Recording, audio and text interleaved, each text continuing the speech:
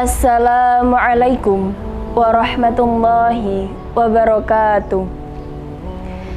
Innal hamdalillah nahmaduhu wa nasta'inuhu wa nastaghfiruhu wa na'udzu billahi min syururi anfusina wa min sayyiati a'malina.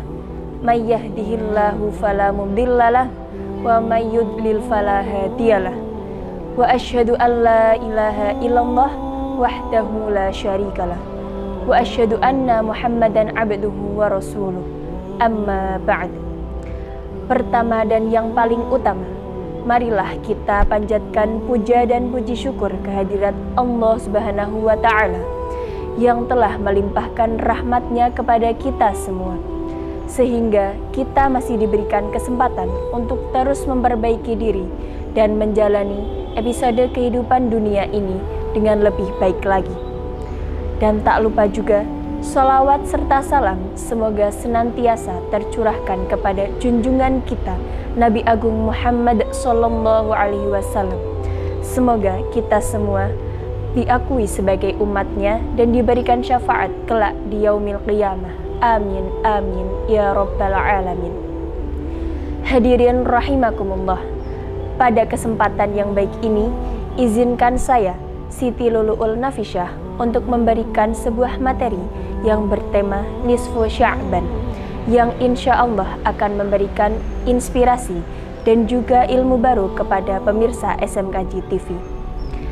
Para pemirsa, apakah kalian tahu apa itu Nisfu Sya'ban? Nisfu Sya'ban adalah malam yang penuh dengan keistimewaan dan penuh dengan keutamaan. Malam ini jatuh pada pertengahan bulan Sya'ban, tepatnya pada bulan ke-8 kalender Hijriah. Pada malam ini, Allah memberikan banyak sekali pengampunan kepada para hambanya.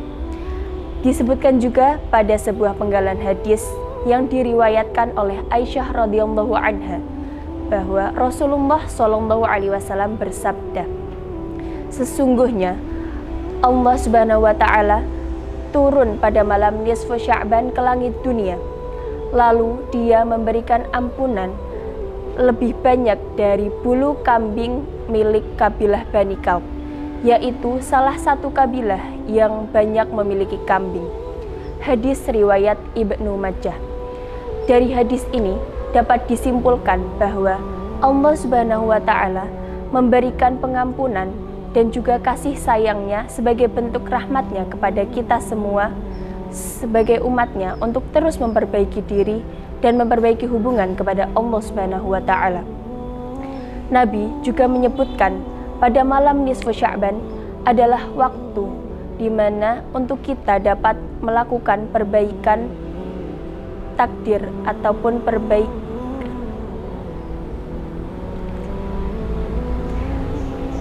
Nabi juga menyebutkan bahwa pada malam nisfu Sya'ban adalah salah satu waktu yang dipergunakan untuk melaksanakan perbaikan yang paling besar, yaitu tentunya perubahan nasib yang dilakukan oleh para hamba kepada Allah Subhanahu wa Ta'ala. Pada malam ini Allah banyak merubah nasib para hambanya, maka dari itu alangkah baiknya kita sebagai orang yang beriman mampu menghidupkan malam ini dengan banyak berdoa, banyak meminta ampun, dan juga banyak beribadah kepada Allah Subhanahu wa Ta'ala. Ada beberapa hal yang bisa kita lakukan untuk menghidupkan pada malam nisfu Sya'ban. Yang pertama yaitu dengan memperbanyak istighfar.